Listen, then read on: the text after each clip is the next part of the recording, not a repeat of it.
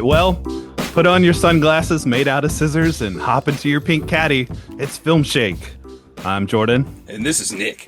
And this is episode 111 of the 90s Movies Podcast. Today we are talking a double feature of Mannequin from 1987 as our punishment film and Mannequin 2 on the Move from 1991, our feature? Jordan, is that how this works? We've never had the kind of momentum that we've had in the past year and a half, but especially the last 3 months. We covered The Matrix, we covered Terminator 2, Judgment Day, we covered Scream, and your decision was, let's cover Mannequin 2. But here to help us talk about Mannequin is good friend of the show, Doug McCambridge from the Good Times, Great Movies podcast. Doug, welcome aboard this crazy ship. I'm thrilled to be here for your least downloaded episode in recent history. Possibly so, but we're doing it, damn it. And somehow I associate these two films with you. I have maybe a false memory of you recommending that we cover Mannequin 2 because it's a 90s movie and you guys did cover the first Mannequin because, again, you have an 80s podcast. I mean, I do say a lot of stupid things on my podcast and to people in general, but the fact that I had never seen Mannequin 2 before this podcast. Oh, no. I don't think I ever recommended this movie to you. That is a false memory. I don't think I knew of these movies until, I don't know, maybe it's because I saw your podcast post about Mannequin way back in the day. Either way, it's episode 47. I believe. Wow. You guys are at what, like 300 something now? So y'all been going. We're in the 330s now. The episode was from 2017 that you recorded on Mannequin. That's crazy. Wow. And also, so I went back, listened to your Mannequin episode. Good job. I think I know your feelings, unless they have changed from since 2017. Well, but we are covering Mannequin 2, which is directed by a beloved director of mine, Stuart Raphael, who also directed Mac and Me, which was your 100th episode. It was. Yes, it was. And there were so many similarities between Mannequin 2 and Mac and Me that I did not expect to see.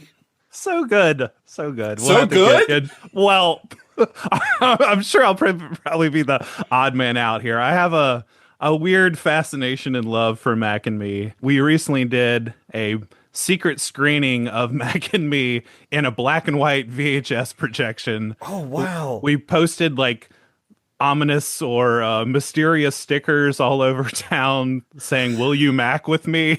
with a QR code that would hopefully lead people to the event space, which was like in an abandoned bike shop that somebody let us use. And we had Skittles and we had Coke and we had chicken nuggets. Yes. Chicken McNuggets from McDonald's and McDonald's barbecue sauce. Nick was there, and it was just such a good time watching it with an audience. It was so fun. Oh, yeah. I mean, I don't think you're an outlier. I mean, Mac and Me is a fun movie. It's fun. It's stupid. It's just something that can be appreciated on weirdly multiple levels. Right. So I don't think you're alone with that. If you came out right now and was like, Mannequin 2, one of the best things I've ever seen, I think I might have to leave this. You might have to leave right now.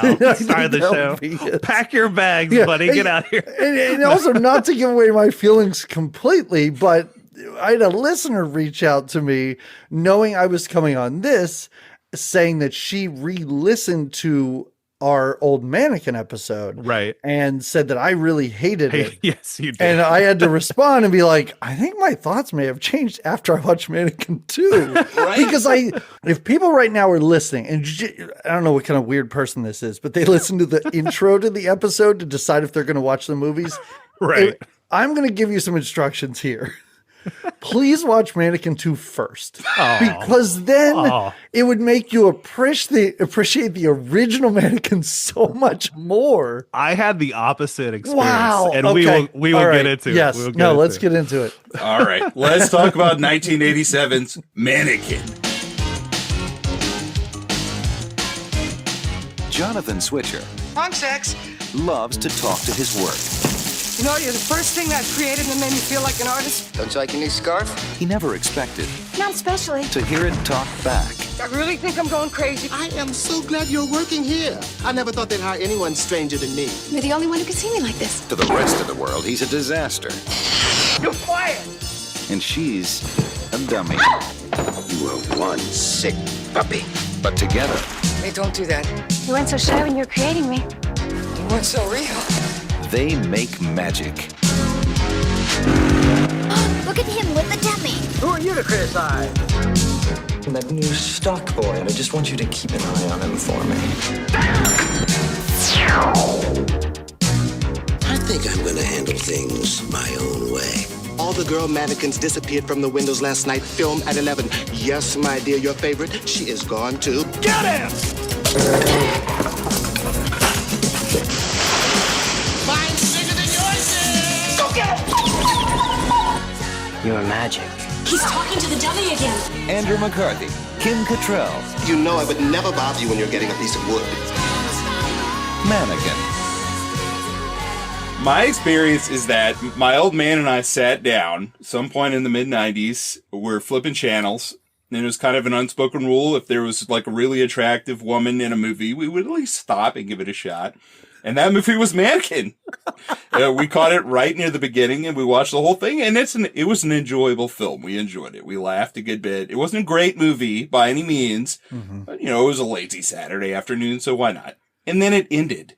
And then Mannequin 2 came on right after. And we both thought, oh, well, we like that one. Let's watch Mannequin 2. Not the same experience at all. Wow. Not the same experience. A double feature in one day. Yes, right. Oh my 4 God. hours of Mannequin.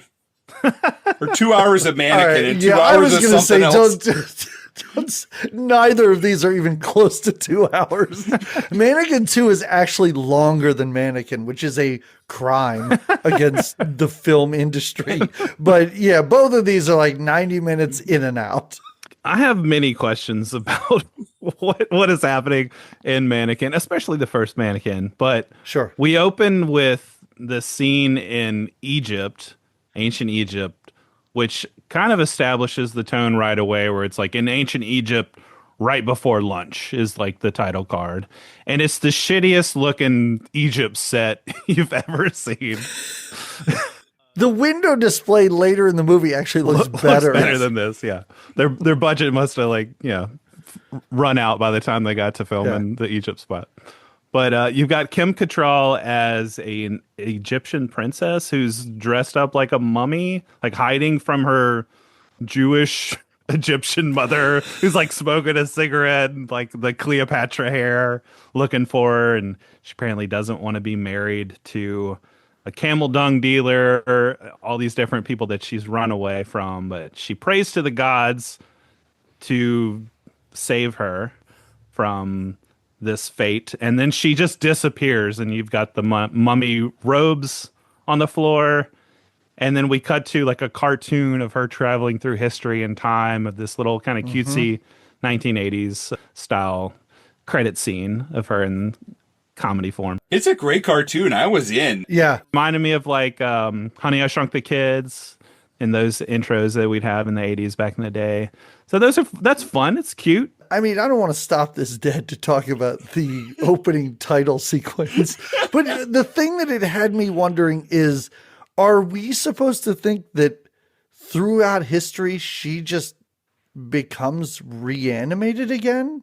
Is that what, and this is just another time? Yes. I think she just pops up, like the cartoon shows you like her brief history of going through time. Right. Okay. And she just like leads all these men on for some reason. No one like Christopher Columbus isn't good enough. No, until Andrew McCarthy. Yes. Well, and then the question is, we open with him later in a mannequin factory, and he's like putting the finishing touches on this mannequin. I don't think mannequins are made out of wood or anything that you can carve, right? So he's a mannequin that he took like 6 weeks to create. And then he just puts pre-manufactured arms on it. At one point, I was like, I guess he's carving the faces. This is not how mannequins are made in the 80s, right? I don't know. But he's putting so much a labor of love into this mannequin. Right. He's so proud of it, but then he gets fired immediately because he's not producing enough for his boss. He's like, you should be turning out 6 or 7 of those a day. Yeah. And it was like, isn't there a machine where you just like push a button and mannequins pop out of this thing? I just didn't understand that he was sculpting this creation in a store and why he would think that's a job. I don't know. The movie's confusing. And the thing that I appreciate about this, and I know we're going to compare the two at some point, I like the fact that the setup to this, that Egyptian setup, explains nothing and makes no sense because I don't need it. It's just going to bring up questions later when immediately I'm like, I don't quite understand what his job is. And I'm not focused on the mannequin. At least with the Egyptian scene, like we know she was a real woman at some point, other than like he's got a mannequin fetish and he has fantasies of a mannequin coming to life so he could fuck it.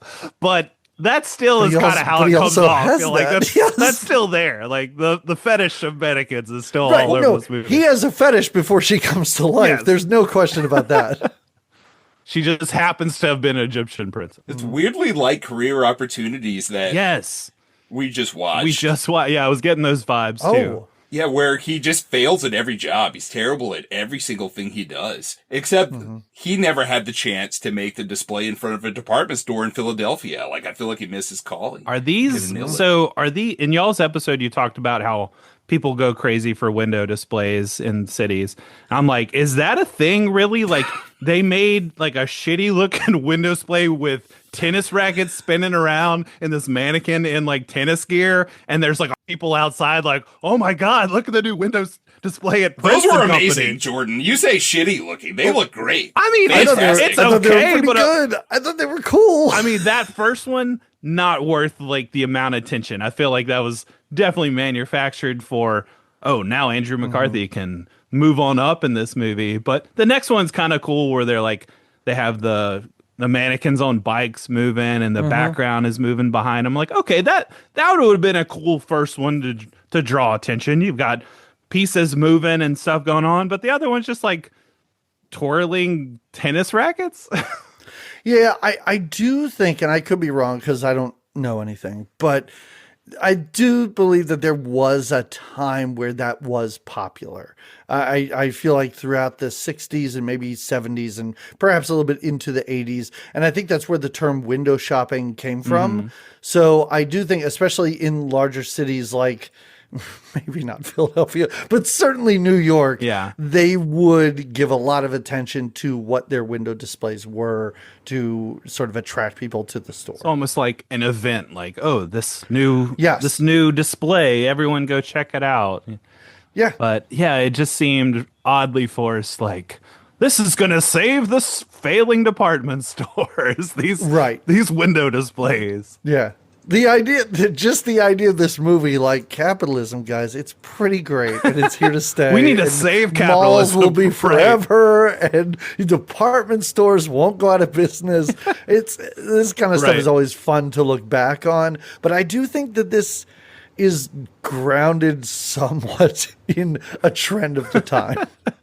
Well, it's like you got the movies that are like, all right, we got to save Uncle Tom's camp. Or like the summer camp, we got to save it. The dance studio. And the only way to do it is with a sexy bikini car wash. That's the only way to do it. But here we got to save the mall. Yep. It's just really strange. But yeah. Right. What do y'all think of Andrew McCarthy in this? I mean, he tested better with the females of 1987 than any other actor. That's why he was cast. That's why this movie made so much money. Yeah. It's all because of the charming blue eyes of Andrew McCarthy. He is a charming, he's got, like that adorable quality to him. I'm going to give the cast huge props for this movie. Yes. I think James Spader is crushing in this movie. Yes. He knows what he's doing and he's so good at it. Just bringing in Estelle Getty, fantastic, great, more of that. And Andrew McCarthy is totally fine. Like, this is a real downward, this is the beginning of his downward slide. Yeah.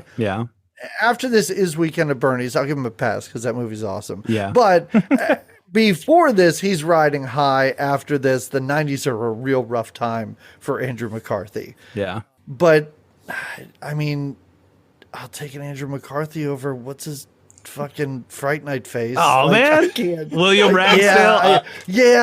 I just find him to be more charming, and he is more fun when he's dancing around with the mannequin at the beginning of this movie and talking to her and everything. I do feel like Ragsdale is kind of just there, dead weight. Yeah. Okay. Well, we could get into that, but I don't know. I feel like there's a lot of odd space of like not that much. I just feel like the writing is really poor in this. Where like there could have been fun stuff happening and Andrew McCarthy like saying funnier stuff or doing stuff, but there's just like a lot of dead air and a lot of just like, let's go try on clothes in the department store. That's the point of this movie, though, Jordan. To the music with Kim Cattrall. Like, this movie was designed to be as harmless as possible, so that's by design. Yeah, I mean, first of all, the scripts to both these movies are dog shit. Like, there's nothing. Like, I'm giving credit to the performers in this, but nobody in either of these movies has anything to work with. The lines are horrible. Nothing's funny. I don't think I even smiled watching either of these. There are a few good laughs in what this about movie. Hollywood? How do you? Oh, okay. We've got Meshack Taylor as Hollywood. So we basically just set this up more. We've got Andrew McCarthy looking for a job. He saves Estelle Getty from a sign chopping her head off when they're putting up a new sign in front of the department store. He jumps on it, pushes her out of the way. She offers him a job. He's now like a stock boy, but quickly becomes kind of a assistant to Meshack Taylor, who's the window dresser himself. So I guess he takes that guy's job. He totally takes his job. I don't see a single display done by Meshack Taylor in the first movie. He kind of, every time he's like, I'm going out. I'm going to dinner, dude. Like, do your thing. Do your thing. Yeah, and he's just happy about it. He's all right. Yeah. But he's the most, flamboyant, over-the-top stereotype of a gay man in the 80s. You just got all the ridiculous clothes, just like super fabulous. And you just going for it like all the way. I gotta come in here and say, this character's been like the subject of like Out magazine articles on like best gay characters. Like gay people like this dude in this role. That's good. I have a friend where he's like almost 1-for-1 for this character. Like I know he's flamboyant and he's ridiculous. But he feels realistic to you from, Well, I'm not gonna sit here and be like, man, that was a really bad gay stereotype, and then, like, every gay publication is like, Hollywood is one of the best gay characters in cinema, Yeah. I feel like he has, by the end of this movie, I'm kind of over Hollywood. Like, I'm done with it. You're done. It was fine for a few scenes and everything. And again, I hate to keep talking about the second one, but you can't make him such a central character. In the second one, he is a stereotype. He's like a different character in that one. They're like, hey, you were kind of flamboyant in one. Let's turn that up to 1,000 for this one. Well, I think his lines in this fall flat, whereas there's some lines in the second one that really make me laugh that I want to get to. He does have a good line in the second one. It's one of the only good parts in that entire movie. Yeah. And I don't want to blame him because I think that he's doing everything he can with the role that he's given. But I would compare it to who was the guy that played Balky in Perfect Strangers? Bronson Pinchot. Yeah, so Bronson Pinchot in that first Beverly Hills Cop movie. Like, if in Beverly Hills Cop, Bronson Pinchot was like the main character, that would be a huge problem, even though he's great in that first movie. Right, yes. Yeah, I mean, he adds a little pizzazz here, but I can see how your mileage may vary, wear out his welcome after a while. But the outfits are great. I know outfits are great. He's got the sunglasses. I love them. Yeah, always changing it up with some wacky sunglasses. Yep. That's fun. I remember my old man and I laughing pretty hard at the end when he was spraying all the guys with the water hose and giving like all the like I'm jizzing all over you lines. Those were pretty good. Those were the best lines in the movie. Oh yeah. This is what being a man is all about, honey. Oh yeah. Mine's better than yours is. Well, so yeah, we have Andrew meeting his faithful mannequin again. You know, the one that he's been robbed of after he's been fired from the mannequin factory, but he sees it in a display window.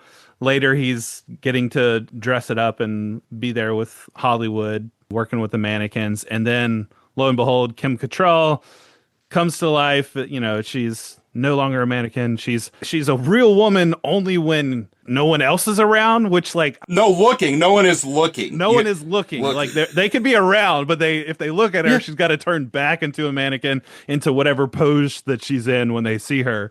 But I don't know about you guys, but there's like a creepy fetish vibe of that too. We're like, I have this woman to myself now. Yeah. Like, you know, she only comes alive when I'm around and no one else is looking. Yeah, Jordan. Yeah, I don't want to give the movie dumb shit for dumb things that we shouldn't think about, but they're riding a motorcycle through the streets of Philadelphia, and she's a human being, and I'm like, well, there has to be people. Has to be somebody that saw her, right? It's only like the people she doesn't want to know, right? I guess. I do like how when they're riding around on the motorcycle, she flips off the James Spader and the security guard when they're tracking him down. There's like a whole car chase. Yeah, that's the weird downgrade to number 2 is 2 has almost double this movie's budget. Yet this movie has like kind of a legit car chase with like a pretty cool stunt at the end. And in 2, you've got like a short go-kart chase, and that's all. What's up with that? That makes no sense. You call that a Mac and Me chase. That's really what that is. That was a money laundering It's very scheme, similar right? to the Mac and Me chase. How could that movie cost twice as much as this one? There's no way. It had Good to be old a Stuart money Raphael laundering. had been pocketing. Like, He must have snorted so much coke off of his pet giraffe and his pet lion. I do think, I bet a lot of the money in the second one went to locations because they're really nowhere. In this first movie, they are in that department store for probably 90% of this time.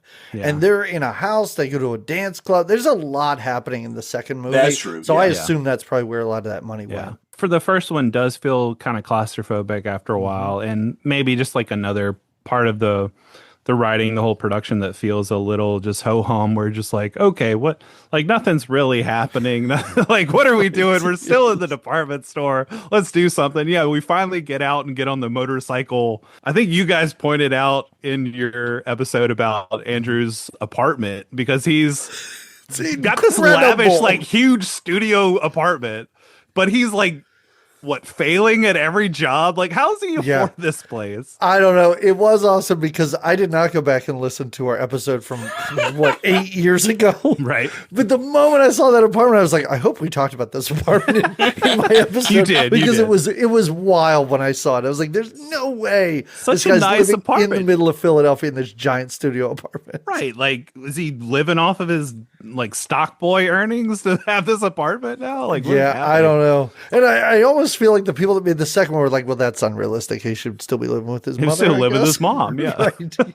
Yeah, like in Career Opportunities, he lives with his parents. He can't afford his own place. That's right. Yeah, there was some weird synergy between this movie and that. Like you said, the whole montage of him trying out all these different jobs. So like he's an artiste and he's, you know, doing hedges at one point and he's like making a bunny rabbit out of the hedges and he gets fired for that. And then he's trying to like make a nice pizza and make it look all artistic and he gets fired for that. And it's a lot of the same stuff we see in Career Opportunities. The job montage, that was just like a thing of the 90s. You guys did dirty work. And the dirty work job montages are some of the best in film history. Oh, yeah. Yes. For sure. And he's landed a Playboy model girlfriend, Carol Davis, who posed for Playboy in August 1978 under the A-list Tamara Capitas. You would know the exact year and issue. Is that in your closet there, dude? Right, that's right. And just reach behind Just let me reach behind me here. She was a multi-talented woman. Besides posing in Playboy, she did music. She wrote. Not a great actress. She just could not act. Yeah, I was going to say multi-talented, but not great acting here. And she has the most degrading role in this film. I feel like by a lot. Yeah, she does. She's got this coworker Armand, who I guess is like Middle Eastern, just hitting on her and like aggressively coming at her. Yeah, you know, she's all the getting time. sexually assaulted basically at work every day. And Andrew McCarthy does not care about her. She's like, hey, we're not having sex tonight. Like, she straight up tells him that, and he's like, okay, cool. Oh, okay, cool. Yeah. I'm gonna go play with my mannequin. The way she says that, it sounds like a first date, which I was like, what's happening right now? The way she's like, listen, if we sleep together, that's going to change things. I'm like, do these two know each other? Right. Is this like, Right. are they dating or what's going on? I don't understand how they know each other, like how they started dating, because they're the opposite type of people. I don't know. There's no attempt in this movie to like make anything make sense. I've been there. I can't fault him for that. Ah. Also, she's got the moment with the creepy rapist guy where he's like, can we have a 6? And finally she's like, all right, fine, let's have sex. And then he's like, oh, I don't know what's wrong. My PP won't stand up. It's like, what? Why is this happening? I like how he turned into Mario. Like, Kind of. He's like pervy, rapey Mario. And Yeah. And she just has to be like, great, thanks a lot, bud. So, like, she makes men impotent. She can't get Andrew McCarthy. Does he ever just grab her boob at one point? Does she get sexually assaulted? I don't think so. He's just No, verbally, he's just like, constantly aggressively, hitting like, on her. please have sex with me. Yeah. Yeah, and then pretending that he doesn't quite understand the language, and that's why he said what he Gaslighting said. her. Yeah. The thing I kept thinking when I watched her performance is I was like, I almost guarantee that Julia Louis-Dreyfus auditioned for this role and somehow didn't get it. But boy, she would have been She would have fantastic. crushed. Yeah, she would have been great. Yeah, this feels like her role almost from Christmas Vacation. I feel like that yuppie role, she could have just ported that over here. And it feels like this is an actual story. Like in the first one, he doesn't have an ex or whatever. It doesn't matter or anything like that. Like this movie is oddly more lived in and feels a little more real. And we're spending time with his girlfriend at work. And I was like, what? Like, first of all, it's meaningless and I don't need to see it at all. But second of all, I'm like, all right, at least I'm not just in this department store the whole time. You're at her department store. Right. Sorry, we're in a different department. Right, because there's a rival department when store. When it was revealed that she worked for that guy, I'm like, oh, okay, whatever. Rival department store trying to close out its rival, and James Spader is all wrapped up in that as like one of the heads or on the board of the department store. But yeah, He's none so of that really great. matters. He's so smarmy and skeevy. I love his and slick down hair. Yes. When they're like running down the stairs at one point, and he's got to like fix his hair as he goes. He like licks his hand, and Licks fixes his his hair. So yeah, good. he's such a great bad guy, and I think I appreciate this movie for just being like, I don't know, everyone knows James Spader. Let's just put him in this thankless villain role. But he does a great job. No, but you're no, just like no. big old glasses and slick down hair and goofy suits. It's just like, nah, this totally non-threatening, but the worst of like a nerd with too much power, basically. What about Kim Cattrall in this movie? She's fun, she keeps it light. I mean, anytime she comes alive and Andrew McCarthy and her, she's the mannequin. Yeah, she's the mannequin. They're bouncing around. Like I said, they don't really They're do bouncing that around, much. yeah. But they got some pop music going, and they eventually have sex in a tent, and he wakes up in a pile of furs. So you got the goofy security guard, the guy from Police Academy, who's chasing him around with a bulldog. What happens to that bulldog? Does that bulldog die in this movie? He gets the like bulldog is traumatized gone. from seeing the mannequin come alive too many times. All right, okay. So then they have to like retire the bulldog, and when they go, so the bulldog's name is Rambo because he likes to draw first blood. But when he goes to the other department store, they have a German Shepherd, and its name is Terminator. So I like that. It was just fun. like that. That's fun. But you asked about Kim Cattrall. I think that she's fine in this movie. I almost feel like with both of these movies, the mannequin you can't win. Like you're just there to look pretty and to kind of act stupid. Right. I think that Christy Swanson is acting way dumber than Kim Cattrall. Yes. Way dumber. Which I don't know. I have a lot of problems with two. We'll get into it. But Kim Cattrall's fine. She's fine in this movie. Yeah. Well, all right. Well, wait. I gotta talk about Kim Cattrall more, Jordan. Okay, all right. What else about Mannequin 1 before we get it? too. Yeah. I figured out when we covered Baby Geniuses, which is the worst movie we've ever covered. I don't even think Mannequin 2 is as bad as that. But Thank you. That's 12 years after this. And she's just in like a baggy sweater with like baby vomit all over the whole movie. And I was like, no, she's doing it for me. So I figured it out. Star Trek 6, the scene where... Yeah, we covered Star Trek 6. Yeah, where Spock mind probes her. I think when I was a kid and I watched that, I was like, I like her. Something imprinted on me in that scene. I don't know, because... Strangely enough, in the mind probe scene, yeah, she's doing it for you here as a mannequin. Like, yeah. Or don't reveal your kink stick. Yeah. And she did like body sculpting for this. She said, I want to look better than, like that. I want to look be just like a mannequin. Yeah, she said, I want to be the person they model the mannequins after. So she did like bodybuilding and body sculpting to look really good. She does look great. I agree. There's not a lot to this role. Yeah, I just love that, like, you know, some people prep for movies and do like deep dives into like, all right, how, you know, I'm going to play this doctor, so let me like study up on this medicine. But she's like, to prep to be a mannequin, I've got to become good looking like a mannequin. Yeah. Like, there's no psychology there. I do It's like just- how you bring up Star Trek, though, because I think you're right. Between Kim Cattrall and Kirstie Alley, those Star Trek movies, something happened there. Yeah. Like that really, there was some influence on me there. Yeah, because I was into Allie in the Lucas Talkin movies, like the first two. I was all for it. I was like, man, I wish that was my kid. But Control, this movie made a lot of money for the time. It made a lot more than its budget. It was a pretty big, I don't want to say a huge hit, but it was a nice little hit for the year.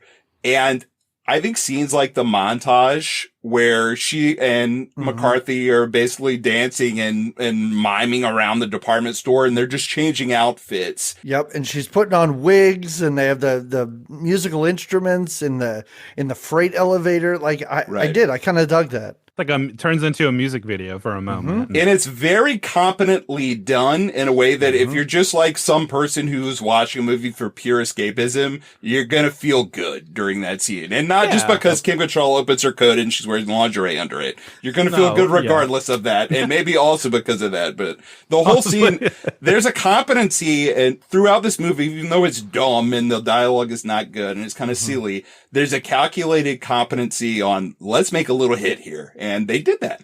Well, and I would say too, like overall, there's a light, fun, breezy tone to this. I mean, it drags in parts and there's just stuff that makes no sense and is ridiculous. But I like that it embraces that. I like the tone, overall. It's just a little fun movie. It's, nothing to get too critical about, but we like just poking fun and pointing out how stupid shit is here. So, but you like the second great. movie better, is Yes. what I'm getting from this. Oh, good grief. All right. So, what's your score for this then? For Mannequin 1, I'm going to give it a 2 out of 5. Doug? That's pretty good. I wish I had just brought up. I have a letterboxd list for our podcast. So I am really. I'm just gonna Here, you look that up. I'll get my score and then we'll get yours last. I'm going to go all the way up to a 6, Jordan, because I have watched this movie a decent amount of times, and it's almost 40 years old. It'll be 40 years old next year. Why does she become a real woman at the end? We didn't even talk about that. Oh, that makes no sense. It makes no sense. Yeah, the compactor, the giant compactor in the basement of this department store that get thrown, like the villains start throwing all the mannequins in. They've got to get rid of the mannequins because it appears to just be a mannequin destruction machine that's in the basement of every on a conveyor belt. Right. Yeah. So finally, Andrew McCarthy saves her from her falling to her death into this compactor, and this is when she becomes a real woman. And nothing's explained. No, I don't understand why throughout history with Christopher Columbus and who knows who else was in that opening credit montage. Why now she's a human and why we're meant to believe that this is going to last. Right. Because she's just hopping around all through history. But now because she got trapped as a mannequin, why? We don't know. That's never explained. But then she becomes a real person that can be seen by other people. Yeah. I do like that the compactor operator guy at the end, like he sees this guy get a mannequin that turns into this beautiful woman, so he jumps in the pile of mannequins trying to find himself a woman as well. Liked it. I really did. I thought that was kind of fun. It doesn't he pull out the girlfriend and start trying to kiss her? Or like, Yes, Carol Davis. Okay. Yeah. Yes. yeah, okay. You mean Playboy Playmate? That's right. Playboy Playmate Carol Davis. The Yes. Playboy Playmate, and I think I read the trivia. They went to great lengths to make her not look very good in this film, just so that Kim Cattrall, by comparison, would look better. But Right. She doesn't wear anything sexy. no, like all that her in suits this are movie at real all. baggy and pointy and weird. Yeah. Yeah. You would never know. Yeah. Yeah, because they could have. I mean, and again, like maybe this was just something that she didn't want to do, but you could still do that and make her a bitch, and the audience wouldn't be like, "Why isn't he with her?" Like it's fine. If she looks good and is a horrible She's person, good-looking. we'll figure it out. She can't as an be villain. audience. Yeah. Julia Louis-Dreyfus in Christmas Vacation is wearing that skin-tight, like, workout gear at one point, you know, when she gets humiliated. Yeah. So they could have done that. Yeah, I agree. And I do like that y'all mentioned, shouldn't there just be a machine that can make the mannequins in a few seconds? And there's a machine that can destroy them in a few seconds. We see that. So. It takes them like 6 to 7 months to make a mannequin, but it can be destroyed. I do love how he's like, I can make 6 these in a year. I did find that pretty funny at the beginning of this dumb movie. Yeah. But I look back, I gave this movie, and I'm not going to change my rating. I gave it 2.5 out of 5. All right. Yeah, so 4, 5, and 6 out of Yeah. 10. So I'm the lowest of the three here on this, but I am yeah. really scared about what score. I do like I do like that they get married in the display window at the end. At first you think like, oh, is this just a display? Everybody's frozen. Are they mannequins? But then they start moving, and then you know, you've got the Jefferson Starship song, you know, nothing's gonna stop us now. Yeah, You know, It's great. it's great. Yeah. The credits roll. Oh, I should mention this. So I live on the bayou, literally, and I watched the movie. It was my prep for this episode. I watched the movie, and I went down the road to get some food at Bageron's on the bayou. It's like a mile down the bayou from my house. And I walked in to pick my food up after I called it in. Nothing's going to stop us now. It's blaring on the radio. That's so great. That's great. Awesome. Love it. I just went straight from it to It's it such again. a fun song too. Yeah. Like it's a perfect song for this movie because it's cheesy, it's bad, but it's fun. It's It's just Starship. at that is it point. just It's not Jefferson? Just Starship. Just Starship. Okay. And I think Jordan earlier, you encapsulated this movie perfect. It's harmless and it's dumb, but it's kind of fun, and you could just sit and you could watch it. It's not taking up too much of your time. I don't think anybody watching this movie is going to be angry afterwards, but I don't think anybody's going to be all that excited that they took the time to I watch think it some either. people will be confused. Well, Like I watched this with my girlfriend Michelle, and she's just like, "Why? Why did all these things happen? How is this explained?" They could have thrown like a simple line in there, like if a man ever truly sacrifices himself for her, she'll become a real woman, because he does put his life on the line at the end, but they don't say that. And we can get into the second one then, because that's part of why it works for me. Yeah, that's right, Jordan. Mannequin, generally considered to be a nice, breezy, not great, but not horrible ladies movie. Now we have to talk about a film Jordan likes better, even though it's considered one of the worst films of the 90s. That's 1991's Mannequin 2. Hello. You remember me from that movie about a mannequin that comes to life? Get back. Well, honey, it's happening again.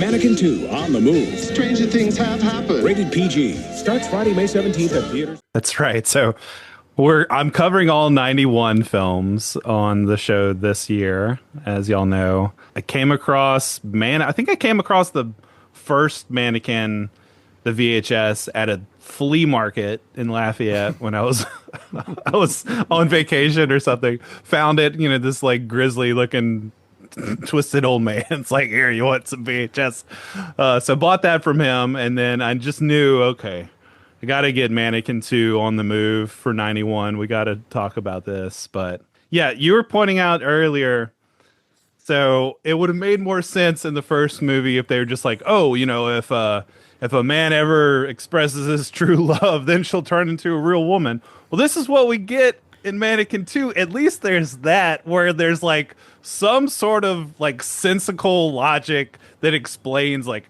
how she got turned into a mannequin. and therefore like loses the creepiness, the fetishiness of the first one, where like he's not just like, oh, I'm obsessed with these I didn't think it was mannequins. creepy, Jordan. What, in the first one? Yeah, it was fine. No one got hurt. It's just fine. No one got hurt. But you're eliminating, and I didn't find it all that funny, but you're eliminating so much of the humor from the first one, which is him making out with the dummy so much. And you're saying that they kind of worked around that, but they also had to work so hard to still have a couple scenes where she is a dummy that he's like has on top of him when his mom walks in. And I'm like, this seems wildly unnecessary in this movie. Well, okay, so we open up, and this time we're not in Egypt. We're in like medieval England, right? And she's a peasant. Christy Swanson's playing a peasant girl. William Ragsdale's playing this prince that he's in love with this girl. He's going to take her off. They're going to get married. And then I guess the royal guard are after them. The queen has sent them because, you know, we can't have this peasant woman in our bloodline. So it's wild. I don't know a lot about medieval history, but I don't think you can draw your swords on a prince. I don't think you can try and murder the prince to stop him from marrying a peasant girl. It escalates pretty quickly. I'm like, you know, you would think these guards would hold back a little bit on the prince, but no, he's drawing swords. They're fighting on this bridge. He cuts one guy's like horns off his helmet, and he's like, I think he really means it, or his whatever. Viking horns, but they're not in Scandinavia. They're not Vikings. Why does he have a Viking helmet? It was on the set. They had it. You know, it worked for the scene, whatever. Like the Egyptians said in the first film. They probably just had that on a back You line. know that at some point this guy killed a Viking. He's like, I am taking this helmet. There you go. This is mine now. That's the backstory we don't need, but you can Doug, apply you just it. wrote the whole movie. There you go. It can be understood implicitly, you know. Yeah, that's what we need, a prequel to Mannequin 2. How he got the horned helmet. I at least appreciate that they're like on, like you said, the bigger budget. They're on location here. It looks legit. It doesn't look like a shitty backlot Egypt. It like, looks bad. There's a horrible matte painting in the background. That looks god awful. That Jordan. bad. It looks cheap. Whatever. I found the matte painting charming. I really did. Like, I looked at that and I was like, all right, I kind of like this actually. It's like a preschool wall in the background. I was watching it on VHS, so I probably couldn't even tell. So I lost some of the definition there. That added to the charm, I guess. Yeah, like, I can see where the money went. Did you think the Rugrats keyboard soundtrack was a higher value than the score in the first film? Rugrats keyboard soundtrack? Yes, you didn't hear that in the background. Yeah. It was pretty bad. It was really lousy. But then you got Terry Kaiser, Bernie himself from Weekend at Bernie's. He's also the crazy doctor in Tammy and the T-Rex, another Stuart Raphael movie. He's just hamming it up as the sorcerer the whole time. So I think he's great. I think he's great when he's dead. Yeah. He's much better when he's dead in Weekend at Bernie's. That's a good connection there with Andrew McCarthy in the first film and him here. You got 2/3 of Weekend at Bernie's.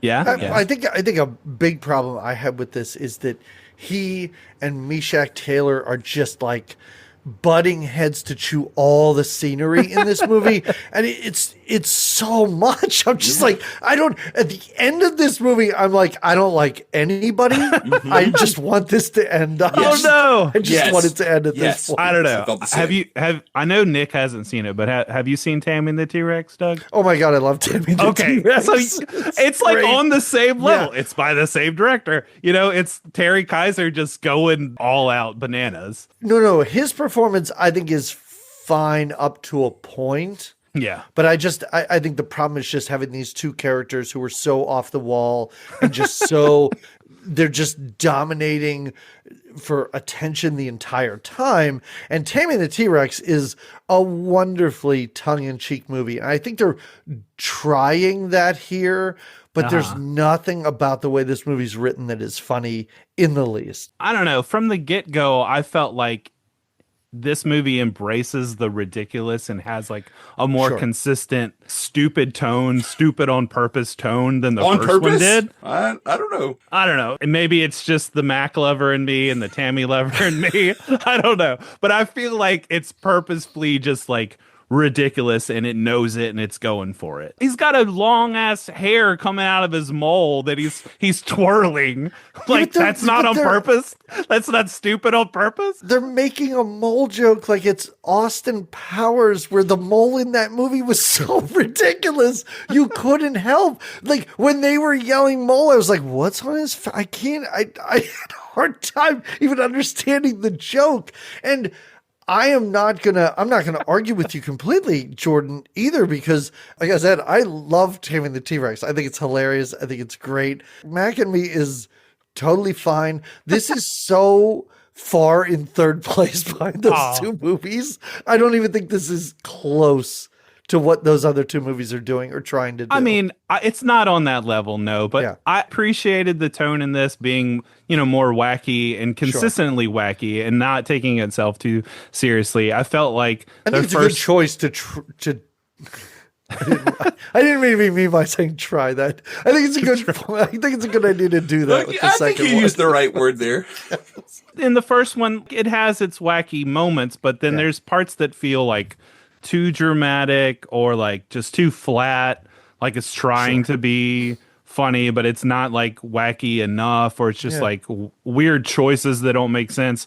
Whereas like here, it's so off the wall and ridiculous, like you just kind of go with it. And I don't know, like I said, I like the setup. It's stupid.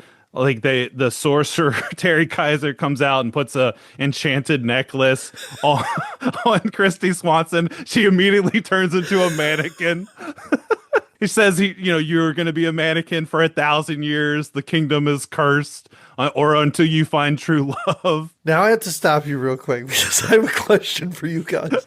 Because today I tried to do research on Mannequin 2 because I had a lot of questions. But my main question was Christy Swanson supposed to play Jessie in this movie? Because the mannequin in the first Mannequin looked kind of like Kim Cattrall. The mannequin of Hollywood is incredible. Like it looks just like him. Right. This mannequin of Christy Swanson looks like shit. This does not look like her at all. She's got the poofy blonde hair, at least. No, they put the wig on her, yes. But the mannequin doesn't look like her. It's not even close. Whatever. Okay. Again, I didn't know VHS. No, okay. Don't need it. Again, it's okay. Like it was one of the biggest problems I had with this, where I was just like, you could make that look like Christy Swanson, I think, but they just didn't. And then I was really digging so deep to be like, was there a different actress cast that backed out? And then they're like, we'll just use the same mannequin. Yeah. I didn't think it looked that far off. I mean, what do you think, Nick? Yeah, it didn't look like her. I thought the same thing.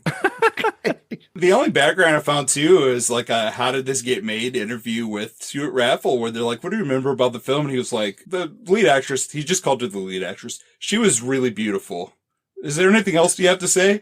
She was lovely. She was just really, really. She was lovely. What a beautiful woman. That's pretty much it. He didn't have too much else to say there. She is a lovely woman. Yeah, like not gonna argue with that. Yeah, like way to go, choice. Guy who spent weeks, I assume, on this movie, and that's the only thing you took away. That's all I got. Right. I mean, maybe he's just trying to hold back to not say anything negative, but I don't know, Jordan. I'll say something negative to you right now. All right, go ahead. Because I've been, feeling some violent tendencies toward you this season of the podcast.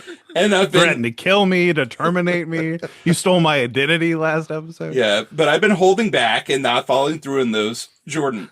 Thank you. My favorite professional sports team since I was a young lad in the 80s is in the NBA Finals right now. And last night, they had the biggest comeback in NBA Finals history. The New York Knicks were down 29 points. And I said, you know what? I went through the 90s and I watched all that bullshit. I'm going to watch this whole game. I don't care what happens. And they came back and won, Jordan. And I was really happy. But then after that, all I could think was, what if Jordan had scheduled the episode for tonight and I had to talk about Mannequin 2 and I would have missed that game? I would want to murder you, Jordan. I would be at your house right now. I would be there behind you. I'm glad the fates aligned where you could watch your sports game. And I would like to think that Jordan would not do that to you. That would have been horrific. I watched it with my son, and I got him into it because, you know, that the Knicks haven't even been in the Mannequin finals 2 in is what 27 you're years. talking No, about right now, not. right? I would not let my son be in the same room with Mannequin 2. It's like a sex offender. Stay away It's from a him. sex offender. Get out of here. There's more sex offending in the first one, honestly. Yeah. Yeah, there is. That is true.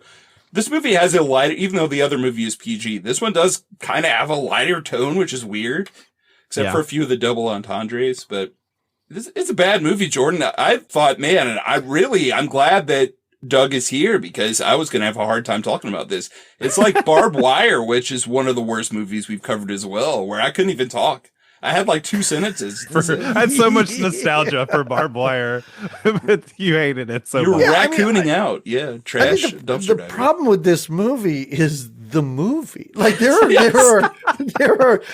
are performances. Those I'm going to just refer to them as Eastern European buff dudes. They're kind of fucking funny in this movie. They are. Like I kind of enjoyed it, but I was like, I just want them in a different movie. I didn't enjoy everything happening around the characters in this movie. And William Ragsdale, I really like Fright Night. I love Fright Night. As a kid, I watched way more Herman's Head than any human being should watch. Yes, so I enjoyed Herman's Head a lot. I'm with you there. I have an affinity towards him. He's just like it's like a wet sock in this movie. No, it's just so weird. All right, let me defend him here because I felt like he had more charisma than Andrew McCarthy. He was livelier, you know, I liked his character, didn't take himself too seriously. You know, he didn't have the weight of like I'm an artiste and I made this mannequin and all this weird shit. It was just like, he's just a kid and he's working in this department store. Are you saying Mannequin 1 was too highbrow for you? No, I'm just saying I like him better as an actor, as a presence. I like his charisma better. All right, so you've got the mannequin. It's 1,000 years later. It's going on this traveling exhibit because it's this legend. You know, it's the legend of the peasant girl now, and she's been frozen in time. I had to look this up, and this was a thing. What's a thing, right? That these that mannequins they would did. travel. Yes. So it's got the realism going for it. Yeah, it's really weird. You meet Terry Kaiser again, who he says he's like, there's some weirdness here of like, are these characters reincarnated? Are they like the relatives? Because at the beginning, he's like time travel element to this movie to explain Terry Kaiser because he seems to know everything that's happening. But he says at the beginning when the mannequin's on display in England and there's like the woman in the museum like talking about like nobody believes the legend as she walks away with her museum group. Then he's like, oh, no one believes the legend, but my great grandfather, and he's twisting his hair on his mole, told me everything about her. So like I guess we're led to believe he is the great grandson of the sorcerer. He said all of them. It was like 20 generations. He says great for everyone. Right. And then later when Christy Swanson, they take the necklace off of her once she gets to the department store in America. She turns into a real woman. Williams Ragdale meets her, and she immediately thinks, okay, this is the prince. You know, you're my prince. You know, she doesn't realize she's been asleep for 1,000 years. She thinks what happened on the bridge just happened when they got accosted by the guards and everything. She's obviously the same mannequin. I guess this is like the great grandson of the prince, of the great grandson of the prince, or whatever. A lot more grace. Or a lot more greats, but I'm not saying that many Terry greats. Kaiser would say them all. A lot of his line readings are kind of annoying to me in this movie. I like Terry Kaiser generally, but I think I do like him better dead than alive. When he is a corpse, he's amazing. He's so good. He's so great. Yes. In Weekend at Bernie's. All I could hear was him from Tammy and T-Rex is like the ridiculous doctor. So like that was doing a lot of favors for me here, watching him just saying stupid shit, being over the top. When they would do the stupid little jokes where like someone would call him an asshole and he'd be like, what'd you say? And then you'd have the boss of the department store and be like, oh, he said a nice haul. And he's like, oh, well, that's okay. And he'd say stupid shit like that like a couple of times. I guess that didn't work for you guys either, but Well, they did that in the first one. It's the same. It's the same joke. Like, and it's fine. I like his little add-ons where he's like, "Oh, okay, well that's okay." Yeah, and again, like I said, I don't have an issue with Terry Kaiser. I don't have an issue with Meshach Taylor, but I almost feel like they can see how weak this script is, so they are doing everything in their power to just make this somewhat watchable. And at some point, I'm just like, you're not even a character anymore. These are just cartoon characters running around through this movie. And again, what's wrong with that? No, there's nothing wrong with it. But again, I didn't feel in the first movie that anyone overpowered, let's say, Andrew McCarthy. Yeah. He felt like the main character. And I think with the second one, Ragsdale, with the first one, we have his girlfriend, whoever she is, Playboy playmate Carol Davis.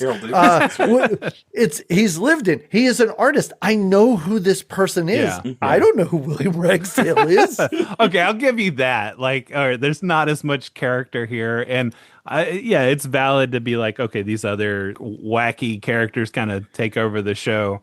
I guess I just don't mind that much. I feel like this thing. Like, it's called Mannequin on the Move. I feel like it moves. It's more entertaining. It flows. I feel like the other one on crack. Was clunky and just like kind of stagnated. But this thing's like entertaining me. I could watch this again. Wow. Like, it flies by. I love this. This is great. Something traumatic happened to you this month you haven't told me about yet. Well, you keep saying that people are asking you, like, is something wrong with Jordan? People do ask me that. He doesn't like any of these good movies. Apparently, he only likes shitty movies. So the raccoon. You just dumpster dive. You know what I kind of wish they did in this movie just a little more, and I don't know if I need more to this movie, but the fact that his mom is also the queen. Yes. Like, but anytime they show her, and I think she only has 2 scenes in this entire movie. I didn't think I even realized Yeah, that, the one she's on the phone with Terry Kaiser, the camera's 3 miles away from her. Yeah. I was like, I think that's his mom, but I can't even tell. But I need to know that he has that lineage as well, and just the one-off line to his mom where his mom's like, I think your dad said he's from Bavarian heritage. I'm like, can we do more? See, that makes sense, though. They're following the bloodline. Like, questions are being answered. I needed weirdly more of that nonsense. It reminds me of Inspector Gadget, like they're doing a Dr. Claw, where you only see her in the shadows. That's right. As the queen. But his mom's it's like running I had to go to IMDb and be like, oh, yeah, she did play that character. Right. It's an Easter egg. It's a little hidden treasure there for you. But I like how his mom is running a dating service out of her house, too. But that's not a plot point to this And they movie. don't do anything with it. They do wish nothing. they did It kind of is, something with because it. his boss shows up and he's doing, I don't know if you guys have seen this. There's an Instagram called VHS Dates. And apparently it was a hoax. Nick? No. Please follow that. It is amazing. It's wild what these people did and what they say and how awkward and uncomfortable these people are. It's great. I hate to break it to you if you didn't know, but it was staged. It's all acted. No. It's not real. What? It looks really real though, and it's so cringy. And I wanted it to be real. I thought it was. But Wow. I'm Okay. so sad that it's not. But it's basically like these videos of people as if they had gone on a VHS dating service where they had recorded them. They say like the most awkward, cringy stuff, and it's all edited together like that. But you've got his boss coming over to do what kind of looks like that, where she's asking him questions and interviewing him, and he's like, my most exciting thing was knee surgery. But then he realizes his employee is, this is his mom. So he breaks the VHS tape over the wall and runs out. But that's also what I didn't understand. Like, because he was so cagey with his answers. I was like, does he know that this is his employee's mom? But then he seems... I thought it was just he didn't want it to get out that like that he owns this department that he owns store? this store. Like All he right. wanted to pretend to be somebody else. But yeah, I can understand. I can understand all y'all's disappointment, confusion, distaste for this thing. But Now I just love it. You do know, I don't think I'm pulling out like crazy facts here, but we know that Meshach Taylor was in both movies. The security guard in the second movie is the same guy who tries to pull a mannequin out of the garbage at the end of the first movie. Yeah, that's right. Do you think he's supposed to be the same character or? Yeah, like he got a promotion, I guess. Yeah, like he got a promotion. He's the new security guard. I like that there was that little through line there. I thought that was fun. And he's trying to get a date with the perfume girl the whole time. And so that's a little subplot where Meshach Taylor's giving him advice, like ignore her, buy her jewelry, all this shit. I think the biggest issue I may have with this movie is there is not a montage scene of Hollywood glowing up this dude. I was so ready and waiting for that. Yeah, that would have been great. Yeah, they even tease that they're gonna have like Kirsty Swanson is gonna do like a montage of trying on outfits, right? If she doesn't, they just cut to her wearing like 3 outfits over the course of 10 minutes of the movie and being like, "Oh, this looks fun. I like this." There's a little bit of a montage before she gets in that go-kart, and then has her hair back to her old hairstyle later that day, which I found hilarious, kind of. Yeah, because she is trying to escape these buffoons. These what was the country? It's like Hamburger Koenig or something. I don't know. You gotta do a lot of that. Yeah, you got a lot of that in there. Yeah. Walter you got Koenig. these big muscly guys like that all just sound like a bad German accent. Can I just ask you guys a question? Like, what is Terry Kaiser trying to do in this movie? What's going on with Bermuda? Why are they going to Bermuda? Yeah, that is a good question. It is, right? All your logic falls apart now, Jordan. They're there to do the presentation with the mannequin, but I think they want to steal the jewels once they're done with it, and then they're going to run off to Bermuda. But yeah, these buff guys keep going, "Oh no, not Bermuda!" He just wants that necklace that he can easily He take can just off take of and her. leave, I guess, or maybe I think he wants the girl too. Like once, that's it. So he wants her to become a real person after the curse is broken. I think the curse is going to be broken in a few days or something. It'll be 1,000 years. So then he's going to take her and the jewels and run off to Bermuda. Right, and you were like, "There's no pervy, rapey stuff in the second one," and there it is. There it is, right there. This is the villain, Nick. This is the villain of the movie. So it's okay to be pervy and rapey if you're the villain. Oh, man. Right? The fan on my laptop is struggling right now, and I genuinely think it's because we're talking about this. It's Mannequin 2's fault.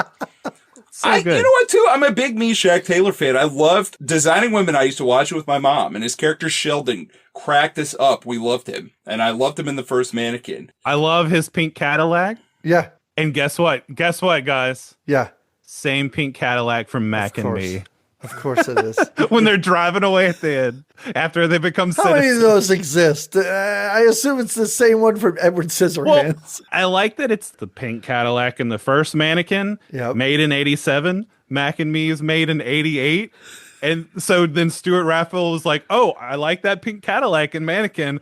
I guess I should make the sequel to that movie in a few years." Do you think this is Stuart's car? Do you think it's his car? I think it might be He his. drives it to set every day. It's kind of like the T-Rex he got for Tammy T-Rex. He's like, "I'm going to make this movie because I have this car." I just didn't quite understand what the plot of the second movie was. It's confusing. The only plot of the first one is he meets a mannequin, falls in love, and I'm fine with that. Like, it could be that flimsy. The second one with the villains, I was like, I don't know what this guy's trying to do, because I did think it was about Jules, but then it seems like he wants to marry Christy Swanson. And I'm like, was that really part of the plan at the beginning of this movie? He's trying to hold out for her to become a real woman, and then they've got this presentation going on at the department store. So Meshach Taylor, or Hollywood, he's been kind of upscaled from the first one, where he's no longer doing window displays. He's got like break dancers and a whole play production and ballet, and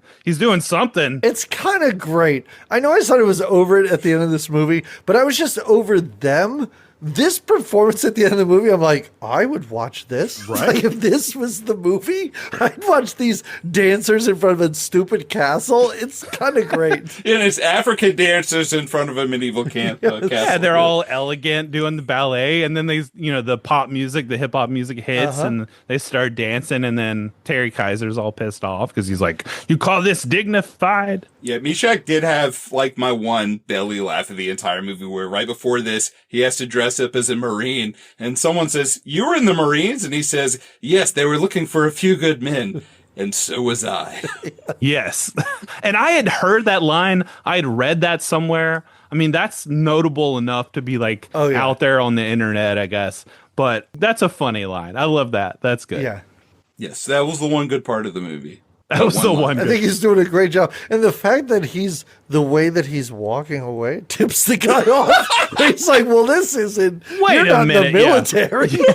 Yeah, he dresses up after he talks about, having been in the Marines, and then Ragsdale gets arrested because he stole the mannequin. Yeah. Does he get arrested for potentially fucking a mannequin? I don't quite can't do that in Philly, right? He brings it home, right? But then he's downstairs, and Terry Kaiser runs upstairs and puts the necklace on Christy Swanson. I like the shot of just kind of Terry Kaiser coming towards the camera with the necklace. Looking all I did creepy. not like that shot.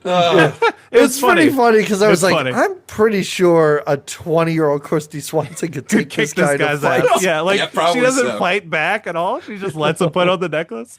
It's a year before Buffy. She hasn't gone through the training yet. Right, yeah. She didn't do the sculpting like fucking Kim Cattrall did for Nick. Right. If only she would have. No, she looked great. Yeah. She looked But yeah, great. this is when he's like, "Oh, take him away because he's stolen my mannequin or whatever." That's how he gets arrested, and then Hollywood's got to bust him out and dress up as a Marine. How do you like this movie? I'm still trying to figure out. It's goofy. I think you're simply comparing it to the first one, right? Well, I don't know. I think I would have enjoyed it if I had watched it on its own. Okay. It's just ridiculous. It's so Just bad. got to take it on its own terms and enjoy it for what it is. By those terms, you can enjoy any film. Hey, can I ask you a question? Because I literally watched this movie yesterday. What happens at the end of this movie? Like after Terry Kaiser becomes a mannequin and is killed. Okay, It well, just shatters into during pieces. the presentation, Terry Kaiser throws a fit, and then they have a sword fight. Oh yeah, him and Ragsdale, swoops in. He's dressed up like the prince again, and this is after the mannequin has come out of a spaceship. Like a Millennium Falcon descends over the plate.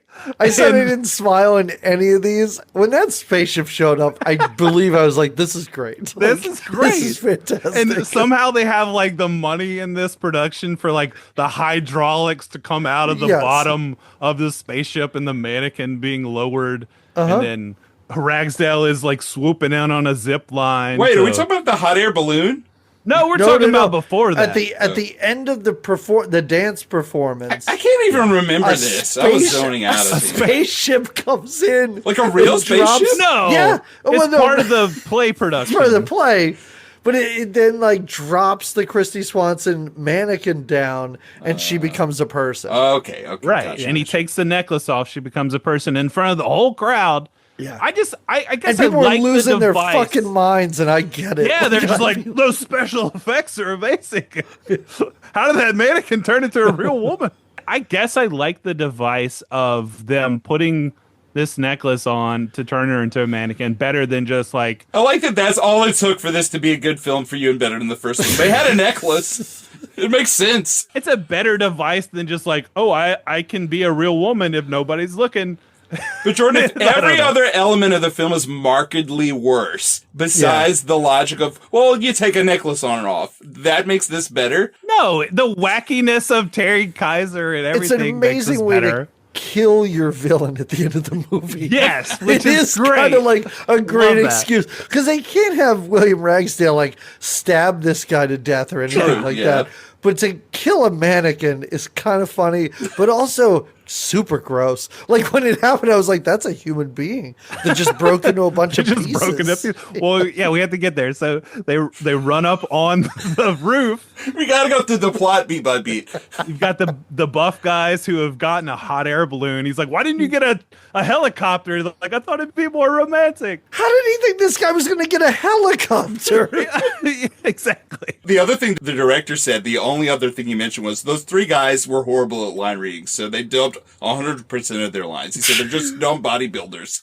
They could barely speak. What did y'all think of when they need to hitchhike and they're like stripping in the street and dancing in a garbage truck full of two women pull up? No idea. And then they put them in the garbage compactor, they put them in the claw thing and raise it up and they go into the garbage truck. That was an instance where I looked away from the TV and looked back, and I thought a different movie started. I was like, "This is not what I was just watching. like, yep, this was made by the guy who made Mac and Me." You know, that's some great continuity, though. They do point out later, you guys really smell bad. So Yeah. See, good continuity.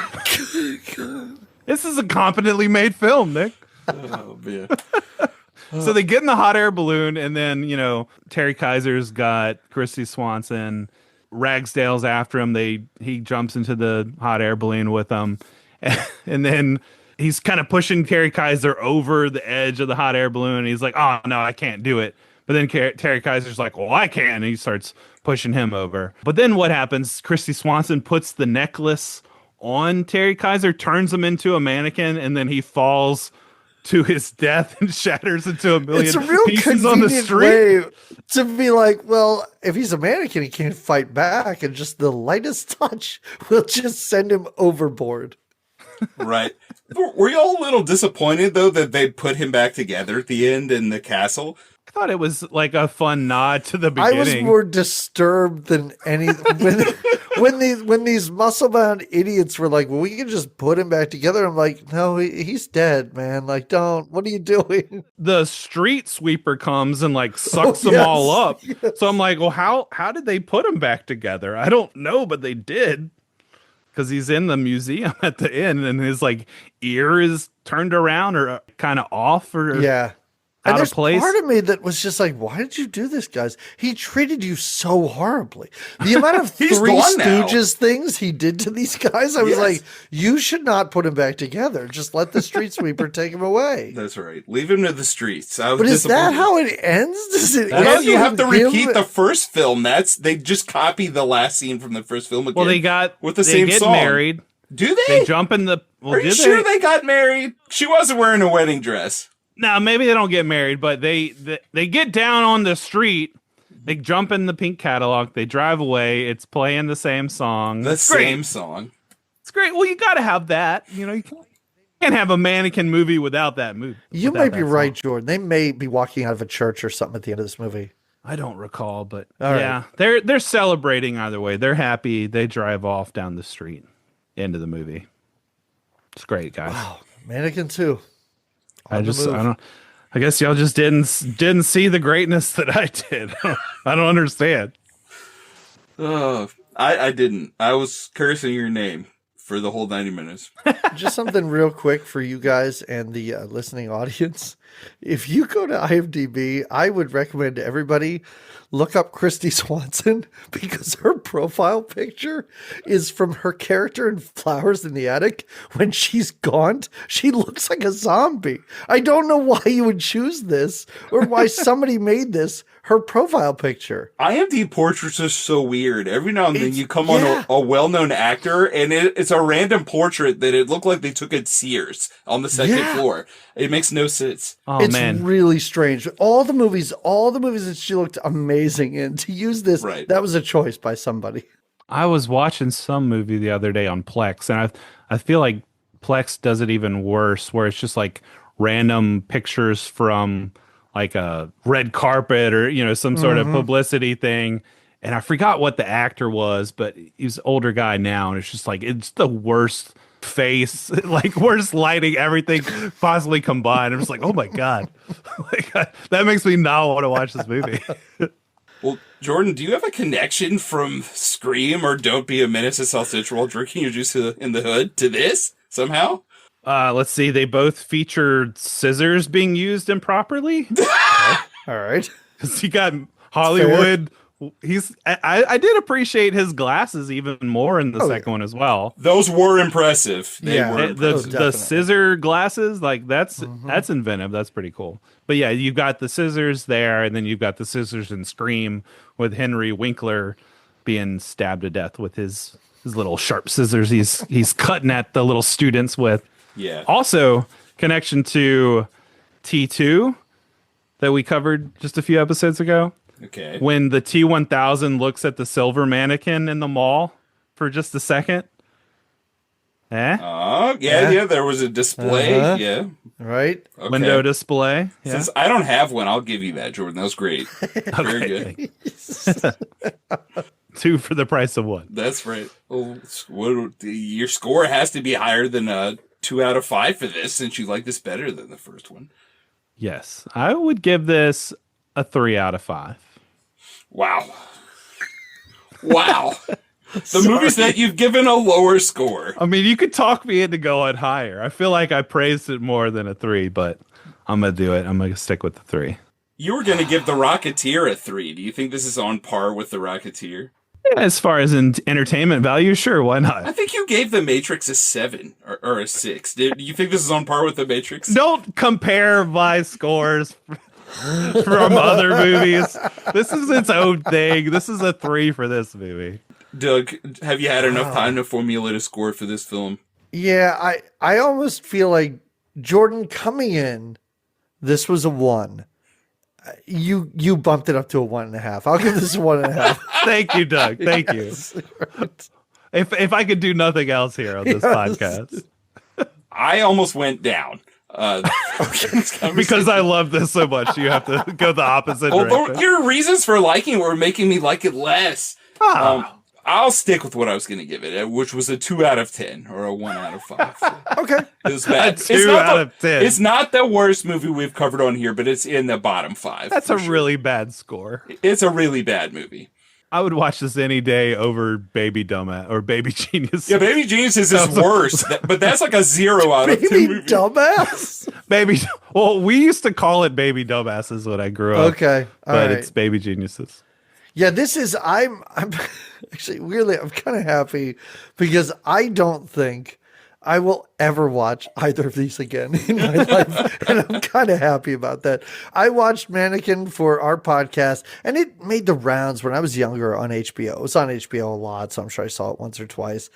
I don't know how Mannequin 2 escaped me this long. I like Christy Swanson. I really do. You guys know I'm a huge Buffy fan. Yeah. I'm a huge, she was in Hot Shots. Yeah. I really do like Christy Swanson. I love Flowers in the Attic. It's flawed and stupid and fun. I don't know how I've never seen this, but boy, I'm glad I never have to see it again. Yeah, I think this is it for me. I would leave Mannequin 1 on if I was doing laundry or something and it was on TV. Yeah.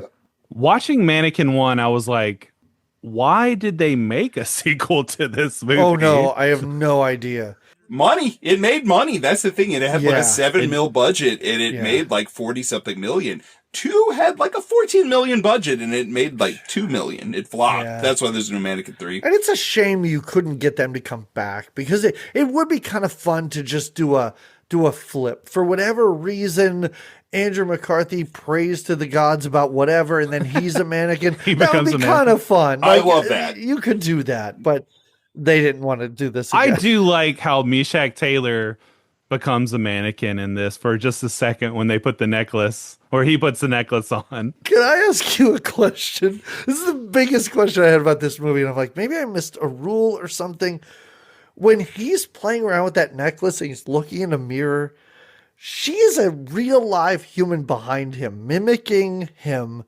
And he turns around, looks at her, and goes, no one's here. She repeatedly, in a couple scenes, she stands still. She kind of freezes. That's what she's doing? That's what she's doing. She's pretending like she's a mannequin. Mannequin didn't look like her. No wonder I had a problem with that scene. I was like, how does he not see her? Okay, all right. Wow, that's wild. All right. she's just got really good skills at pretending to be a mannequin, even when she's not a mannequin. I guess.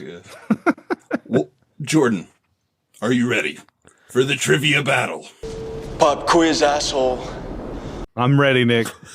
Bring it. By bring it, are you saying you did not write questions? I did write questions. Oh, no. All right. Well, then we have to implement Phone a Doug. Oh, good. Phone a Doug. If you need help, phone a Doug. No. Because I may have written questions, and they may all be questions about Mac and me, but I did not give you multiple choice. Because we just watched Mac and Me. You should know these I was things. eating chicken McNuggets. That's the only time I've seen Mac and Me was at that. I got up to pee at Barracuda Taco. I had to walk like a block to go pee because we couldn't pee at the bike shop. So I missed like 10 minutes. Yes, there were no bathrooms in the place we screened in this abandoned bike shop. Oh, that's great. All my questions are about Starship. See, they were Jefferson Airplane, then they were Jefferson Starship, then just Starship, but they're all related to movies that their songs were featured in. So. Okay. I'm going to fail at this so bad. You might not want to phone me. You might not. And these are all movies that I've either seen or are aware of the songs being in the movies. Okay, well, you go first. What's your first question? All right. Number 1. This 90s David Fincher film features White Rabbit prominently in its closing moments. Is it The Game, Seven, Panic Room, or Fight Club? It's not Fight Club. Doug, do you have... can I ask Doug if he knows before I phone him? No, you can't. You can only phone Doug. All right. Doug, just give me a wink or something. No, let's see. Was it The Game? Correct. This is my easiest question. Oh, wow. Nice. Okay, boy. No, I haven't seen The I wouldn't have Game been in so long. any help there at all. Next year's our 30th anniversary, so you might be watching. Like, it I knew soon. the Pixies song was at the end of Fight Club, so it wasn't that. Panic Room is from the 2000s, so. And Seven to end on White Rabbit would be really weird. Weird, yeah. Okay. Yeah, that was my easy one. So you don't even have multiple choice in yours, and it's my pick next time, which is a total jerk move, but that's all right. All right. Well, hopefully these are easy to you. Maybe they get harder as they go, but first question is, what does MAC stand for other than McDonald's? I don't know. Mackenzie. Oh, they say it in the movie. I've only seen it once. I might have been peeing then. Macintosh, like the computer. Do you want to phone a Doug? I mean, you can phone me. I'm assuming the middle is alien, but that's all I got. I'm going to save my phone a Doug. Monstrous alien creature. Very close. Very close. It's mysterious alien creature. Oh, wait, really? It was an acronym? Yes, it was an acronym. Oh, that's right. That doesn't count as your phone a Doug. That was just me having fun and not knowing I'd be that close. Yeah. All right, so you fail. Yeah, I did. All right, what's your second I wish question? I would have had multiple choices. That would have been nice. It's like, I don't even want to give you that. I'm not giving you the choices. You're not going to give me the multiple fuck you, Jordan. All right. It's not fair. Oh, it's not, is it? White Rabbit also features into which Matrix film? The first one? Incorrect. The fourth one, Resurrections, the bad one. Well, The really but bad they one. say follow the white rabbit, right? In the first one. But they don't play the song. That's still a reference. I think I got that correct. I don't know. What do you think, Doug? They did not play the song in that film. They played in the fourth film as a nod to that line. All right. What you got? Okay. Well, I wouldn't have gotten that. I wouldn't have guessed 4. Anyway, I've never seen the fourth one. All right. Number 2. Speaking of 4. It's better than Mannequin Two. Speaking of 4, name 4 product placements in Mac and Me. Oh. All right. McDonald's, Skittles, Pepsi? Wait, is Pepsi? No, that doesn't make sense. It would be Coke. It'd be Coke. Because the McDonald's and Coke have a partnership. And I don't know if I know a fourth one. Like wheelchairs in general, I guess. We're advertising to be paralyzed children. What else do they do in that movie? Doesn't she work at like Sears or something? Is that a product? I don't even know if that's where the mom works. Maybe. I would take that as an I answer. like how there's a phone to Doug, and I'm just like talking over you. Yeah, I'll phone a Doug to Doug for this one then. Doug, what do you think is another one? I think the mom worked at Sears. All right.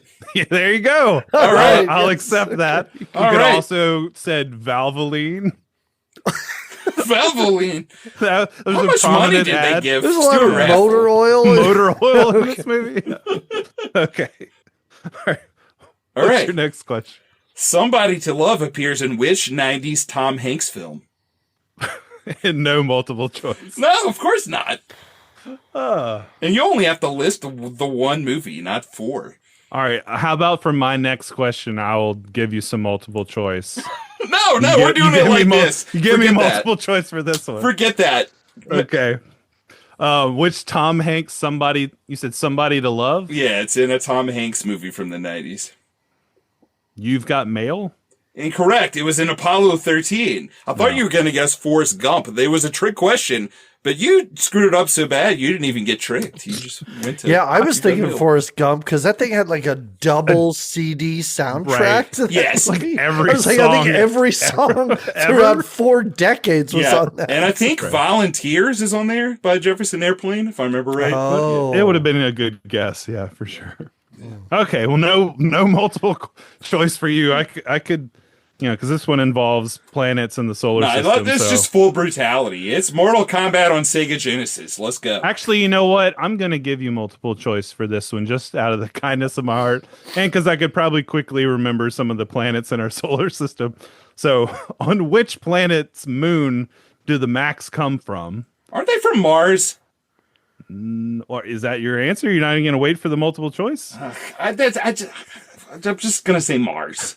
Wrong. Where are they from? We see We're doing video. I'm shaking my head. No. Oh, I'm not looking. trying I'm looking not at my to- questions. Oh no! Okay. should have No. phoned to Doug. I should have. Well, I already used my phone to Doug. Oh, I I'll give you can't. 2. Yeah, We should have 2 phone to Dougs. I'm wrong. Just to keep Doug in this I conversation. got it wrong. It's I said fine. Mars. No, Well, what do you think? What was it, Doug? I thought it was Jupiter, but It's Saturn. Yeah. You see Saturn in the background. But Saturn is a gas giant. You can't come from there. There's no surface. They're on the They're from a moon. They're moon. on They're from Saturn's a moon. Saturn moon. That's why makes Saturn's sense. in the There are- background. Okay, there are some That moons. makes sense. There are some moons. You could be Is from. something nobody's ever said about anything in Mac and Me. That makes sense. All right, what's your next Starship question? All right. Nothing's Gonna Stop Us Now is featured in a prominent dance number in this mid-2010s comedy. Come on. Yeah, come on. No, There's a mid-2010s comedy with that song in it. There's probably like 10 mid-10s. No, it's an extremely prominent scene. It's a very prominent dance Nothing's number. going to stop us now? Yeah, it's got, I'll give you a hint, but not choices. All right, It's got all right. 2 SNL alums in it. And they're doing the dance. Anchorman 2? The Skeleton Twins. yes, it's with Kristen Wiig and Bill Hader. Yeah. Bill Hader.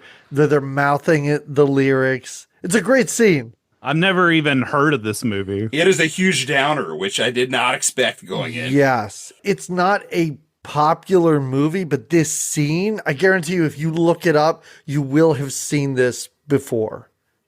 I should have phoned Doug, right? You would have known this, right? I would have known that. Yeah. Yeah. The first one, I actually don't. I didn't even consider. All right. Yeah, it's a downer of a movie, but worth watching. It's good. I Yeah, put it on a list. they're great in it too. Watch Where it. are we at in our trivia battle here? We both Nick? got one right so far. Oh my Okay. God. We got to keep going. All right. Well, I have 5 questions, so because that's All what right, we same, usually do. same. All right. All right. So, question number 4 about Mac and Me. What fruit is the dad alien carrying in the grocery store at the end? I don't remember. It's either a banana or a pineapple. I feel Doug, like. do you? No, you got nothing. No, I know. I know. Oh, what it you is. okay? I already phoned a Doug. Well, you can have two. Two. All right, Dougs. you can phone a Doug on the last question then. All right, Doug, what is it? Boy, I'll feel really stupid now if I don't get this right. Is it a watermelon? It's a watermelon. Yeah! That's right. Great. Good job. All right. That's 2 for me. He's just his lanky, ugly alien body just carrying this watermelon, swaying back and forth. with his stupid mouth. Very nice. That's so good. All right, I'm up 2-1. This is my last question. So you have a chance to tie. Okay. Which Muppets movie features We Built This City? Was it Muppet Treasure Island, The Muppets Take Manhattan, Muppets Most Wanted, or The Muppets? Oh my God. Doug, do you know? First of all, if it's not Muppets Take Manhattan, it's a tragedy. That's a missed opportunity. This would be in any other Muppets movie, but Right. I honestly do not know. I'm going to go with Manhattan because that makes the most sense. Incorrect. It's in The Muppets, the Jason Segel Muppets movie. Wait. We built this city? I don't know. Come on. Yep, it's Because there. isn't the original Muppets movie called The Muppets Movie?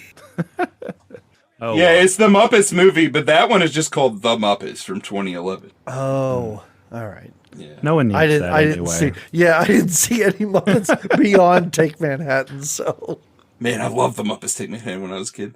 What does that mean? You've won, Nick? Yeah, I won. By the way, that movie made almost $200 million. 2011's The Muppets.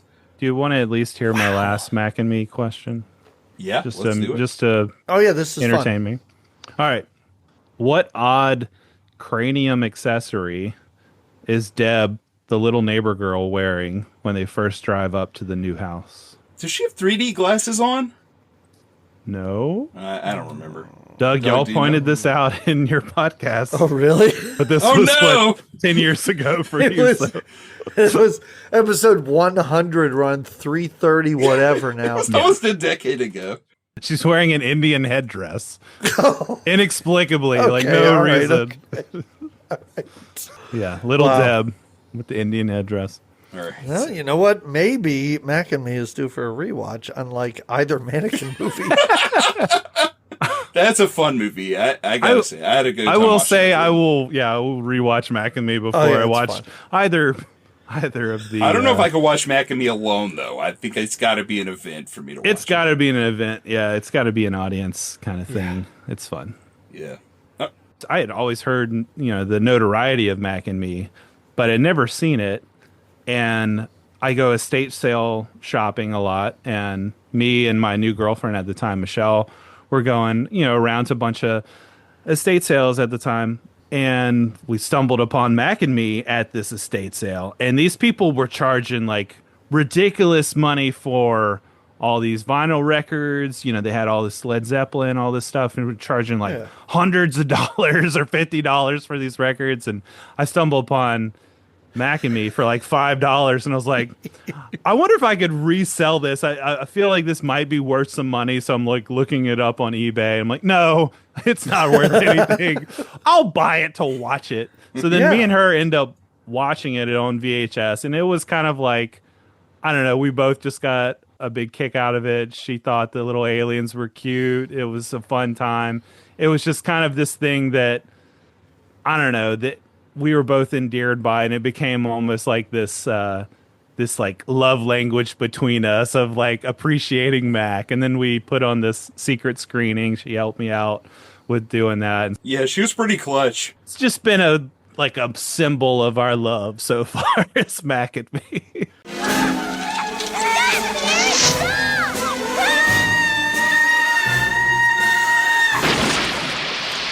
Yeah, and that's so sweet because it's a movie that I think needs to be. I think you need to be a little bit older when you see it because I watched it when I was young. It was on HBO. I hated it as a kid. I was like, "This is awful." It's like Timu E.T. Yeah, like why would you make this? Timu E.T. Right, but then as an adult, I watch it. I'm love like, that. "Oh, I get this. This is hilarious and stupid." Like Right. I totally get it. But as a kid, I remember watching that and being like, "This is absolute garbage." You know what, guys? I think y'all might just need to mature a little bit more and get a little bit older to finally appreciate Mannequin 2. That's what it You is. guys, you That's guys what it will is. get there one day. Yeah. It's a movie for 70 and above, I guess. To revisit it in 20 years. Well, Jordan, you lost as usual, but you know what? I don't know if I would have beat you this time without Doug. Doug came in clutch with the phone to Doug, but you lost regardless. Good job. Good job, Doug. Well, I appreciate it. So it's my pick next time. We were on this insane roll where we were just like crushing these big movies, and then you were like, Mannequin 2. And I thought, well, whew, that takes some heat off of me that Jordan picked Mannequin 2, so my next pick won't be that out of left field. So this summer, there's a big film coming out. It's actually coming out, I think, about a month. It's by Christopher Nolan, who I think has been kind of hit and miss the last decade. He has his super fans that he could just film a blank screen and get Hans Zimmer to go bah for 3 hours and it would make $500 million easy, right? But he is making the Odyssey, and I don't know, the trailers just don't look great. There's a part where Odysseus' son, like Robert Pattinson, goes up and is like, "You miss your daddy, huh?" Where it's like, wait, what? This is how the dialogue is? I don't know about this. I have to say I haven't been too motivated by the trailers lately. Right. Well, yeah. If it is how the trailers are making it look like it's going to be, then 1997's The Odyssey, with, after inflation, a nearly $100 million budget produced by Universal, will be the best version of The Odyssey still. Jordan, it's long. It's long. Is this a secret movie that no one but you has ever heard about? I've never heard of it. I have this on VHS. So it originally aired, even though it's Francis Ford Coppola produced it. Jim Henson's company did the special effects, which look great. I don't know. I haven't watched it in forever. I taped it off of TV and I still have that. So huge budget, huge production values. I thought it was pretty good. I taped it off the TV and brought it to my high school class when we were watching. I was like, hey, why read this? We could just watch this movie instead. Did y'all watch it in yes, class? we did. Yeah. Based on your suggestion? Yes, that worked out. Wait, who is in this? Who's this stars Armand Assante. Okay. What else was he in? That's a familiar name. Armand Assante, he was in a lot of the straight-to-video stuff that you like, but he was also in so much stuff in the 90s. He was in Striptease just the year before he did this. He was in U-Turn? He should have been in U-Turn. Okay, he wasn't U-Turn. I love, speaking of trash, I also love U-Turn. Armand Assante is actually in the 1980 movie Little Darlings. Oh, y'all's first episode. It's the first episode we did, and he plays a camp counselor who's hooking up with 15-year-old girls. It's very creepy. That is creepy. Yes. He's not. They just want to hook up with him.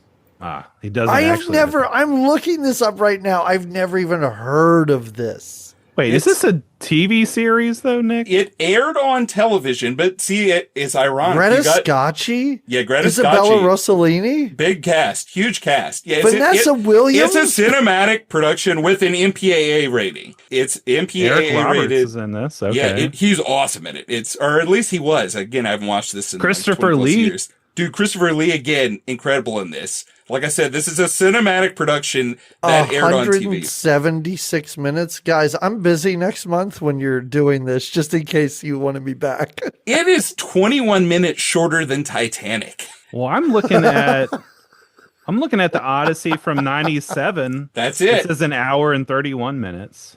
What? I don't know. That someone might have cut it down to that, but the full version is 176 minutes. It is long, Jordan. I'm sorry about that, but I've been wanting to cover this the whole time we've been doing this show.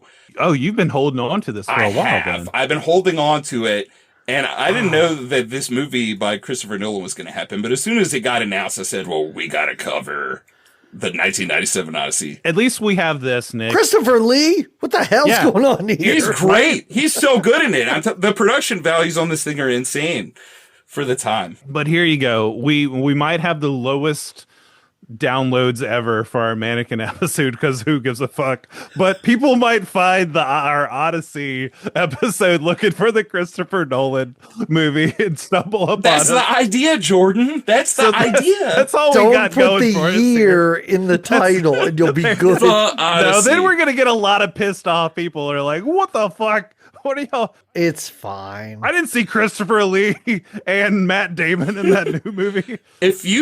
Well, Christopher Lee, rest in peace, passed away, so he can't be in it. But if you go to the YouTube trailers for the new Odyssey, it's being heavily downvoted because the trailers aren't good. And a lot of people are saying, man, I just want to watch the 1997 Odyssey again. So this movie has a fan base. And Jordan, it won't be hard for you to get the VHS for this. I have it on DVD. They have it on VHS and DVD.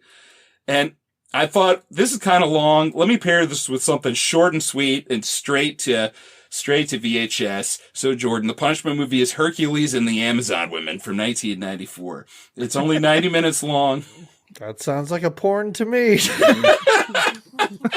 Kevin Sorbo is in this. And Lucy Lawless as well. Okay. Lucy Lawless. And it's not rated. This was an experiment before that TV series. Oh, so this is before the TV series? That's right. Yeah. Before the Hercules TV series? Yeah, it's before that. And Xena. Okay. It's before Xena. In fact, Lucy Lawless doesn't even play Xena in this. I've never seen Anthony Quinn. Oh, she doesn't play Xena? Yeah, isn't that weird? But they were like, damn, you're great. You should have your own show. We got Roma Downey, Anthony Quinn, Lucy Lawless. So, all right. I'm keeping things interesting, Jordan. We might be losing all the listeners we picked up the first half of the year. But you know what? I may have seen this on TV. It says it's a TV movie, right? Came out before. Oh, this is directed by Bill Norton. Why do I recognize? Who's Bill Norton, Jordan? Why do I recognize Bill? Oh, he did he did one episode of Buffy. He did Cisco Pike, which is kind of like a show favorite of Pure Cinema podcast. And that's got Chris Christopherson in it. That was his first role. Well, there you go, Jordan. You're probably gonna like The Punishment more than the main movie again. Here we go. I think I might actually. Well, good old Kevin Sorbo. I'm rereading The Odyssey for the first time in a long time. I'm psyched about The Odyssey, reading it again. I'm reading the Armitage translation, which is quite good. So I'm pumped about this. I special order the soundtrack from Russia for this. I paid $30, Jordan. Oh my $30 gosh. For The Odyssey? Yeah, I only paid $6 for the DVD. Who does the score? It's some Russian composer. Okay. The director is Russian as well. I have to bring this up real quick. Your Odyssey TV movie was directed by the writer of Ivan's Childhood, correct? Andrei Rublev, and he directed Tango and Cash. Yeah, this guy is nuts. Like the people that he worked with. He worked with Tarkovsky. He was Tarkovsky's screenwriting collaborator, Jordan. Does that sell you on the Odyssey? Wild. That is wild. And he's at the top of his game here, I promise. Oh, he directed Runaway Train too? Okay. All right. I might have to watch this stupid movie. I had the Muppets in trivia. It's Jim Henson's company doing the special effects here. You got Muppets in Odyssey. Yeah, I mean, I'm looking at some clips. Are there Muppets in this movie? Yeah, there's a Cyclops Muppet, apparently. There's all kinds of Muppets. They do everything. They go through the poem. Like, they skip a few things. But. Oh, all right, cool. All right. Well, that's our episode for next time. The Odyssey from 97. And Hercules and the Amazon Women with Kevin Sorbo from 94. Awesome. So great. Well, Doug, thank you so much for joining us for this ridiculousness. Hope you had a good time with this. I did. It's great. We always love having you on. Yeah. Everybody definitely check out Doug's show, Good Times, Great Movies. Do you want to give a little plug about what y'all are doing over there this summer? Yeah, I don't know when this is coming out, but we did reach out to our audience and we kind of said, hey, for this summer, like suggest movies that just feel like the 80s, things that could only be made then. Our latest episode is on the BMX movie Rad. Rad, yeah. And maybe once this comes out, I think our episode on Tough Turf will be out. Nice. And and we're just, taking... as you guys know, with the 90s, like there are certain movies, I'm sure early 90s movies might feel like they were made 80s, in the 80s. Late ones, you may have thought they were made in 2005 or something like that. Right. And that's what we're finding with the 80s. Like, I think on your most recent episode before this, I think, Jordan, you were talking about how we did Dead Calm, and I was convinced it was made in like 92 or 93. I had no idea that was 89. It was in 89. Yeah, I'm very jealous because I like that movie a lot. I like Billy Zane. He's great in that. He's a Zaniac. Is a Zaniac? Yeah, I'm a Zaniac. So I was like, oh man, I listened to y'all's episode. That was really, really fun. That's great. Thank you. To that. Yeah. But check us out wherever you get podcasts, wherever you're listening to this, and we are on YouTube as well. If I don't die, it's on the 23rd, 6/23. This should be live. Very satisfying mathematical date there. Cool.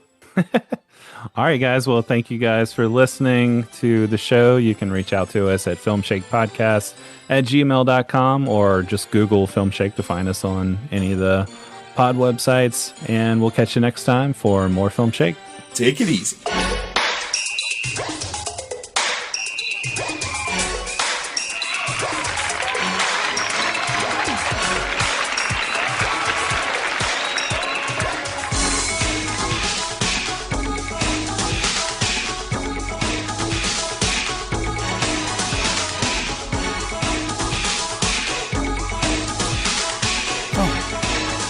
I rushed back. I was like, okay, and Nick has disappeared into his closet. You call this dignified? He's trying to find that Playboy. that's right. 1974, 1975. Damn it! I thought I had chronologically ordered these things. All right. You All out of order. I'm going to do this egg to Mannequin 2, and then you can just go, Jordan. Yeah, sure. Was frozen ever since she dared to love the handsome prince. Is that so wrong? But alas, 1,000 years have passed since that spell from hell had been cast.